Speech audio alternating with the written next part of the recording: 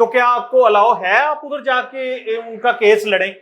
نہیں، بالکل ایسا نہیں ہوتا. یہ جو کیسز ہوتے ہیں یہ ہیومینیٹیرین گراؤنڈس پہ ٹریٹ ہوتے ہیں. یہ گورنمنٹ کی گڈ ول کے اوپر بیس کر رہے ہوتے ہیں. مثلا لاہور ہائی کورٹ ہے تو اس کی جو جورسڈکشن ہے وہ پنجاب کی حد تک موجود ہے. سندھ ہائی کورٹ ہے اس کی سندھ کی حد تک، سندھ صوبے کی حد تک. بلوچستان ہائی کورٹ کی بلوچستان کی حد تک جورسڈکشن ہے. سپریم کورٹ کی پاکستان کی حد تک جورسڈکشن ہے. آپ سپریم کورٹ آف پاکستان یہ تو نہیں کر سکتی کہ دلی میں اگر کوئی مچھیرے قید ہیں یا گجرات میں ہیں تو ان کو انسٹرکٹ کریں یا ڈائریکٹ کریں کہ ہمیں وہ پرووائڈ کریں. یہ گورنمنٹ ٹو گورنمنٹ یہ کمیونیکیشن ہوتی ہے. لہٰذا جو میں نے اپلیکیشن موو کی تھی وہ بیس کر رہی تھی universal declaration of human rights 1948 کے اوپر. تو اس کے اندر جو بھی انسان اس دنیا میں پیدا ہوتا ہے اس کو وہ کچھ خدا کی طرف سے وہ کچھ فنڈامنٹل اور بیسک رائٹس لے کے پیدا ہوتے ہیں، جس میں اس کا رائٹ ٹو لائف ہے، رائٹ ٹو فیملی ہے، اس کی انہیرنٹ ڈگنیٹی ہے جس کی پریمبل میں بھی بات کی گئی ہے. تو اس بیس کے اوپر میں نے یہ اپلیکیشن موو کی گئی. اور اپلیکیشن جو میں نے موو کی ہے وہ پریزیڈنٹ آف پاکستان کو، پرائم منسٹر آف پاکستان اور اس کے بعد اپوزیشن جو لیڈران ہیں سینٹ کے، قومی اسمبلی کے، chief justice supreme court of Pakistan کو، اس کے بعد منسٹریز جو ہیں جیسے میری ٹائم ہے، ہیومن رائٹس کی منسٹری ہے. انڈیا کی اگر بات کی جائے تو انڈین پریزیڈنٹ، پرائم منسٹر، حزب اختلاف کے جو اپوزیشن لیڈر ہیں راہل گاندھی صاحب، ان کو انگیج کیا گیا. اس کے بعد گجرات ہائی کورٹ کے جو چیف جسٹس ہیں ان کو اپلیکیشن موو کی گئی. اس کے بعد UNO کو اپلیکیشن موو کی گئی. تو یہ ہوتے ہیں آپ کے تھوڑے سے ان ٹریڈیشنل یا ٹریڈیشنل میتھڈ جس کی بیس کے اوپر آپ دوسری گورنمنٹ کو کنونس کرتے ہیں کہ یہ ہیومینیٹیرین گراؤنڈس پہ اس میٹر کو ڈیل کیا جائے. اور اس کی میرا سوال پھر وہی پہ ہے کہ اس کی ریٹ انڈیا میں آپ جا کے کریں گے، کیا ادھر ان کا کیس سنا جائے گا یا کیا صرف ان کو سیاستدانوں کو کہنے سے یا ہیومن رائٹس کو کہنے سے وہ بندے چھوڑ جائیں گے؟ نہیں، قانونی طور پہ دیکھا جائے تو ہم تو ادھر جا کے پریکٹس بھی نہیں کر سکتے کیونکہ ہمارا پاکستان بار اور پنجاب بار کونسل کی طرف سے لائسنس ہوتا ہے. تو ہم تو پاکستان کی حد تک ہی وکالت کر سکتے ہیں. اگر انڈیا میں آپ جائیں گے تو جو انڈین جو بارز ہیں، جو کمپیٹنٹ اتھارٹیز نے ان کو لائسنس دیے ہیں، ان کے وکلا صاحبان ادھر وہ کانٹیسٹ کر سکتے ہیں کیس. لیکن یہ ہے کہ ادھر کے جو ہمارے دوست وکلا صاحبان ہیں وہ اپنے لائسنس کو یوز کرتے ہوئے وہ ریٹ کریں گے ہماری فیور میں. ہم ادھر سے اپنے جو فارمز ہیں اپنی جیلوں میں جو پاکستان کی کورٹ کی جورسڈکشن بنتی ہے ادھر ہم اپنی وکالت کی بیس کے اوپر، لائسنس کی بیس کے اوپر ہم پٹیشن فائل کریں گے. اور یہ صرف آپ ایک انسانی جذبے کے تحت کریں گے، اس میں پاکستانی گورنمنٹ یا انڈین گورنمنٹ بھی آپ کو کچھ سپورٹ کر رہی ہے یا آپ کو کہہ رہی ہے کہ یار ایسا کریں، ان بندوں کو اب جانا چاہیے ان کے گھروں میں؟ دیکھیں، گورنمنٹ کی اگر بات کی جائے، اگر دونوں گورنمنٹس اتنی ہی سنسیئر ہوں، اتنی ہی مخلص ہوں عوامی مفادات کے لیے، تو میرے خیال میں مجھے یہ کام کرنے کی نوبت ہی نہیں آنی چاہیے تھی. حکومتوں کو چاہیے تھا کہ آپ نے ایک بندے کو یا 10 بندوں کو، 20 بندوں کو، ایک کشتی آئی ہے ہوا کے رخ سے اور اس کے بعد ہوا کے دباؤ کی وجہ سے وہ دوسرے پانی میں چلی گئی ہے، چاہے وہ ڈسپیوٹڈ واٹر ہی ہے، لیکن جب اس میں کرائم انوالو نہیں ہے، اس میں نہ وہ ڈرگ مافیا کے ساتھ ان کا تعلق ہے، نہ وہ ٹیررسٹ ہیں، نہ وہ اسپائے ہیں، جب یہ گراؤنڈز آپ کو موجود ہیں کہ آپ کی نیشنل سیکیورٹی کے لیے ایسا کوئی تھریٹ نہیں ہے تو پھر آپ کو فوراً چھوڑ دینا چاہیے. یہی وجہ ہے کہ پاکستان اور انڈیا کے درمیان کونسلر ایکسیس ایگریمنٹ 2008 سائن کیا گیا for the purpose of exchange of list of prisoners between both countries. Pakistan اور انڈیا کے درمیان یہ کونسلر ایکسیس ایگریمنٹ 2008 سائن کیا گیا جس کے بہت سارے کانٹینٹس تھے، اس کے ڈیفیکٹس بھی ہیں، میں اس کے اوپر بھی کام کر رہا ہوں. آپ دیکھیں کہ ایک بندہ اگر فوت ہو جاتا ہے اس کی باڈی کو دوسرے ملک شفٹ کرتے ہوئے آپ کو مہینہ لے لیا جاتا ہے. اس کے بعد اگر آپ ایک کشتی کو پکڑتے ہیں، اس کے اندر اگر 20 بندے موجود ہیں، 30 بندے موجود ہیں، آپ تب تک اس کو کونسلر ایکسیس دے ہی نہیں سکتے جب تک آپ اس کی ویریفیکیشن نہ کروائیں. اب اگین مسئلہ یہ آتا ہے، میرا ایک کلائنٹ تھے کراچی میں، تو پتہ چلا کہ ان کے علائشہ بورڈ کو میں ابھی فی الحال ڈیل کر رہا ہوں، 2-3 اور کشتیاں ان کو بھی میں ڈیل کر رہا ہوں. تو معلوم ہوا کہ ایک جو انڈین گورنمنٹ تھی انہوں نے پاکستانی گورنمنٹ سے کہا کہ آپ ہمیں یہ جو اب لسٹ ہے نا جو ہم نے پاکستان میں چھیرے پکڑے ہیں ان کی ویریفیکیشن کر کے دیں. پاکستان فارن منسٹری کے پاس میٹر آیا، فارن منسٹری نے سندھ گورنمنٹ کو ریفر کیا، سندھ گورنمنٹ نے ڈسٹرکٹ لیول کی کمیٹی بنائی ہوئی ہے ان کو ریفر کیا. اب سندھ پولیس کا بندہ میرے کلائنٹ کے پاس جاتا ہے اور اس کو کہتا ہے کہ آپ 50,000 روپیہ دیں تو میں آپ کی ویریفیکیشن کر دیتا ہوں. یعنی کہ آپ دیکھیں کہ کس لیول پہ کرپشن ہے کہ ایک بندہ جو دوسرے ملک کی جیل میں سڑ رہا ہے، آپ اس کے اہل خانہ سے کہہ رہے ہیں کہ 50,000 روپیہ دیں میں آپ کی ویریفیکیشن کر دیتا ہوں. انہوں نے کہا جی کہ ہم تو غریب لوگ ہیں، وہ ایک ہی بندہ تھا جس کی بنیاد کے اوپر ہمارا گھر چل رہا تھا، تو ہم تو ابھی بچے ہمارے چھوٹے چھوٹے ہیں، ہم ان سے کام کرواتے ہیں، خواتین ہماری لوگوں کے گھروں میں کام کر کے وہ اپنا روزگار وہ کماتی ہیں، تو ہمارے لیے تو پاسبل نہیں ہے کہ 50,000 دینا. سر یقین جانیے جو اس بندے نے سندھ گورنمنٹ کو اور اپنے ڈپارٹمنٹ کو رپورٹ جمع کرائی، وہ بندہ آج تک بھی ان ڈاکومنٹس میں ان ویریفائڈ ہے، پاکستان کا سٹیزن ہونے کے باوجود بھی ان کی ویریفیکیشن نہیں کی گئی متعلقہ ڈپارٹمنٹ کی وجہ سے، کرپشن کی وجہ سے۔ ناظرین، یہ کتنے افسوس کی بات ہے کہ ایک 50,000 روپے کی خاطر اس بندے کی زندگی سے وہ بندہ کھیل گیا۔ اللہ تعالیٰ ان لوگوں کو عقل اور ہمت دنائی دے جو یہ ایسی حرکتیں کر رہے ہیں کہ ہم لوگوں کے جانوں سے کھیلنے پہ تل گئے ہیں۔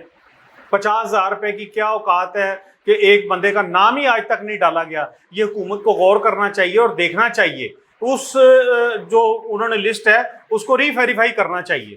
چلیے صاحب، میں آپ کو کٹ کرنا چاہوں گا، آپ کے نزدیک شاید 50,000 کی کوئی اہمیت نہ ہو، لیکن پولیس والا جو ہے وہ 50 روپے کی بھی اس کے نزدیک بہت بڑی اہمیت ہے۔ جی بہت شکریہ۔ تو ایک امپورٹنٹ چیز میں آپ کو بتانا چاہوں گا کہ یہ جو کیس ہے یہ سارے، اس میں گورنمنٹ ہمیں کوئی فائنینشیل سپورٹ نہیں کر رہی، یہ سارا میں اپنی جیب سے کر رہا ہوں اور یہ فری آف کاسٹ میں لیگل سروسز ان کو پرووائڈ کر رہا ہوں۔ اس کے بعد ایک امپورٹنٹ پوائنٹ جو میں ریز کرنا چاہوں گا کہ سندھ کی حد تک نادرا کے اتنے ایشوز ہیں، اتنے زیادہ ایشوز ہیں کہ جو بنگالی، بہاری اور برمی ہیں ان کے بھی میں کیسز ڈیل کر رہا ہوں نیشنلٹی کے، کہ وہ لوگ جو موجود ہیں ان کے پاس ثبوت ہی نہیں ہے کہ وہ پاکستان کے سٹیزن ہیں یا نہیں ہیں۔ اگر ان کے پاس، ان کے باپ کے پاس آئی ڈی کارڈ ہے، اگلی ان کی نسل کو نادرا نے آئی ڈی کارڈ ہی نہیں جاری کیے۔ ابھی مزے کی بات یہ ہے اور قابل افسوس ہے کہ ٹھٹھا سجاول سے جو بندے چھڑوائے ہیں ان میں 3 یا 4 بچھیرے ٹھٹھا سجاول سے ہیں۔ تو میں نے ان کا آئی ڈی کارڈ چیک کیا، کچھ اور کشتی والوں نے مجھ سے رابطہ کیا، انہوں نے مجھے آئی ڈی کارڈ بھیجے، تو میں نے کہا جی ان کے والد کا نام برتھ سرٹیفکیٹ میں والد کا نام اور ہے، آئی ڈی کارڈ کے والد کا نام اور ہے، تو اس کا کیا، یہ کیا میٹر ہے؟ انہوں نے کہا جی ہم نادرا کے پاس گئے تھے، اس وقت ماموں موجود تھے، انہوں نے کہا کوئی مسئلہ نہیں ہے، ماموں کا نام ہی والد کے نام کی جگہ ایڈجسٹ کر دیں۔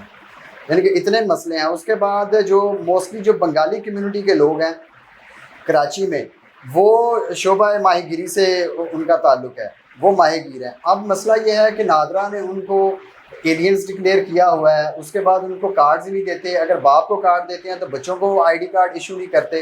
اب وہ لوگ مثلا 50 سال کے بندے موجود ہیں جن کے آئی ڈی کارڈز ہیں ہی نہیں۔ ابھی میرے کلائنٹ نے مجھے ڈاکومنٹس بھیجے ہیں، جو نادرا کا ڈی جی ہے اس نے تقریباً 1.5 لاکھ بنگالی پاکستانیوں کے آئی ڈی کارڈز بلاک کر دیے ہیں وداؤٹ اینی ریزن۔ مثلا آپ اسٹیٹ کا انسٹیٹیوشن ہے، آپ کا کام ہے کہ آپ لوگوں کو ریلیف دیں، آپ لوگوں کو آؤٹ آف دا وے جا کے آپ ان کو with in the corners of law آپ ان کو سپورٹ کریں، لیکن جب آپ کا ادارہ ہی اتنا باربیرک ہو جائے گا، اور سر یقین مانیے یہی لوگ مجھے رابطہ کرتے ہیں، اور نادرا کے بندوں کو آپ 4-4 5-5 لاکھ روپیہ دیں، وہ آپ کے گھر میں آ کے آپ کا کارڈ پرووائڈ کریں گے سندھ کی حد تک، جو مجھے انفارمیشن ملی ہے۔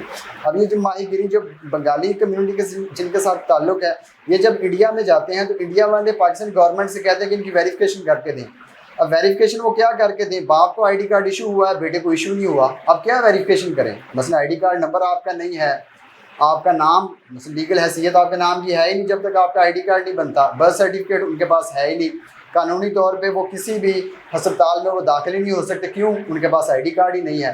تو جب ویریفیکیشن ان کی نہیں ہوگی تو وہ جیلوں میں ہی سڑیں گے۔ بہت ہی افسوس کی، اور ایک آپ نے بہت بڑا انکشاف کر دیا کہ اس میں ہمارے نادرا کا کتنا اہم کردار ہے، اور وہ اس میں کیا لوٹ مار مچا رہے ہیں۔ اور یہ سمجھیں کہ برائی کی جڑ ہی انہی سے شروع ہو رہی ہے، کیونکہ ایک بندے کا اندراج ہی نہیں کریں گے تو اس کا ریکارڈ کہاں ہوگا؟ وہ اب سب سے پہلی بات ہے کہ وہ مچھیرا نہیں ہے، کچھ بھی نہیں ہے۔ اور آج کل کے حساب سے جب آپ کسی ہاسپٹل میں جاتے ہیں تو فوری طور پہ آپ کا آئی ڈی کارڈ لیا جاتا ہے، آپ کا نمبر کمپیوٹر پہ ڈالا جاتا ہے، سارا کچھ کیا جاتا ہے۔ تو اس طرح تو کوئی یہ پورے نظام کو خراب کر رہے ہیں، اور جیسے آپ نے بتایا کہ 1.5 لاکھ بندے کا آئی ڈی کارڈ انہوں نے بالکل ختم کر دیا۔ اس کے بعد سر پاکستان، میں ایڈ کرنا چاہوں گا انٹرنیشنل لا کے پرسپیکٹو میں، کہ پاکستان پارٹی ہے جو ڈفرینٹ یونائٹڈ نیشنز کے انٹرنیشنل کووننٹس ہیں، کنونشنس ہیں، لیگل انسٹرومنٹس ہیں۔ مثلا universal declaration of human rights 1948 کی بات کی ہے میں نے۔ اس کے بعد مختلف کووننٹس ہیں UN کے، جس میں سول اینڈ پولیٹیکل رائٹس آ گیا ہے۔ اس کے بعد اکنامک رائٹس موجود ہیں۔ تو being a signatory of multiple legal instruments of UNO، Pakistan کے اوپر یہ مینڈیٹری ہے اور یہ لازم ہے کہ جو لاز UNO نے بنائے ہیں اس کی کمپلائنس کرتے ہوئے اس کے مطابق اپنے جو ڈومیسٹک لاز ہیں ان کی فارمولیشن کرے، ان کو امینڈمنٹ کرے، ان کو مولڈ کرے۔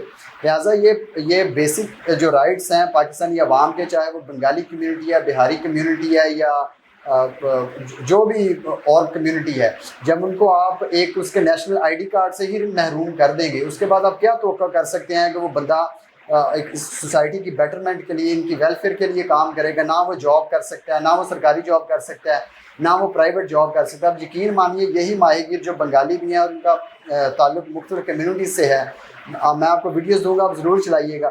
سر ان کے 8-8 سال کے بچے جو دوسرے مچھیرے ہیں یا جو ان کے مچھلیوں کے ہب ہیں ادھر کام کرتے ہیں اور ڈیلی کا 150-200 کما کے 8 سال کا بچہ کما کے گھر میں جا رہا ہے تاکہ اس کی ماں روٹی اپنی پوری کر سکے.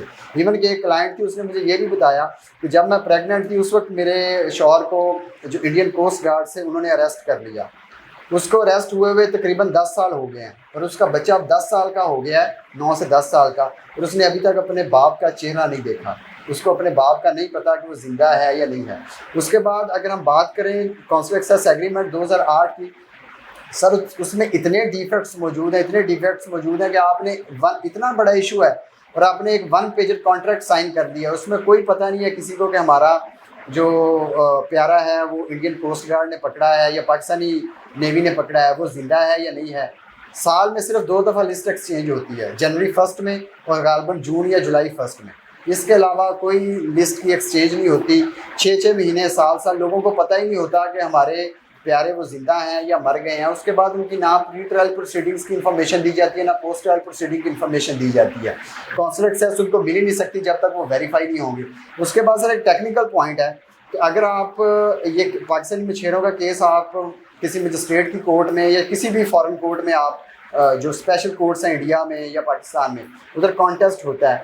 اگر فارن منسٹری یا پاکستان کی طرف سے کوئی وکیل ان کو پلیڈ نہیں کرتا، ان کا کیس کانٹیسٹ نہیں کرتا، تو کیسے یہ پاسبل ہے کہ انڈیا کے اندر موجود رہے کہ انڈیا کا ہی وکیل جو کہ ان کی گورنمنٹ سے اپوائنٹ کیا گیا ہو، وہ پاکستان کے بندے کے لیے، وہ ان کی ریپیٹیشن کے لیے اور اس کے ریلیز کے لیے کام کرے گا؟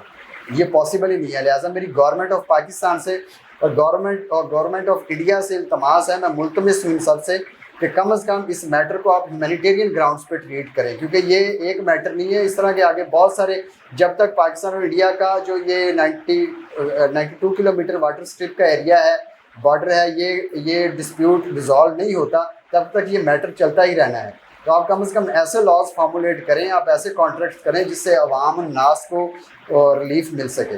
اس کے اوپر میں رات تندوری صاحب کا ایک شعر مجھے یاد آ گیا ہے کہ وہ عموماً کہتے ہوتے تھے کہ یہ ایک مسئلہ ایسا ہے جس میں پاکستان کی عوام بھی جل رہی ہے اور انڈیا کی عوام بھی جل رہی ہے. تو وہ کہتے ہوتے تھے کہ لگے گی آگ تو آئیں گے گھر کئی زد میں، لگے گی آگ تو آئیں گے گھر کئی زد میں، یہاں پہ صرف ہمارا مکان تھوڑی ہے. Thank you sir. جی بہت شکریہ. Ali Changezi Sandhu advocate high court آج ہمارے ساتھ موجود تھے. انہوں نے ہمیں بہت ہی عمدہ اور انفارمیٹو باتیں بتائیں جس میں انسانیت کو بچانے کے لیے مین مقصد تھا انسانیت کو بچانے کا. انہوں نے مچھیروں کی مکمل زندگی کے بارے میں بتایا. انہوں نے ہمیں اپنی نادرا کی کارکردگی، ہماری پاکستانی پولیس کی کارکردگی اور ان باتوں سے ہمیں آگاہ کیا. تو میں بہت مشکور ہوں ان کا، جنہوں نے آج ہمیں اتنا اچھا پروگرام دیا اور اتنی اچھی باتیں بتائیں. بہت شکریہ جی. علی چنگیزی سندھو صاحب بہت شکریہ آپ کا دوبارہ، اور یہ ہمارے لیے خوش قسمتی ایم بی نیوز چینل کے لیے کہ آپ نے ہمیں اتنا وقت دیا. تھینک یو جی، شکریہ جی. اللہ حافظ.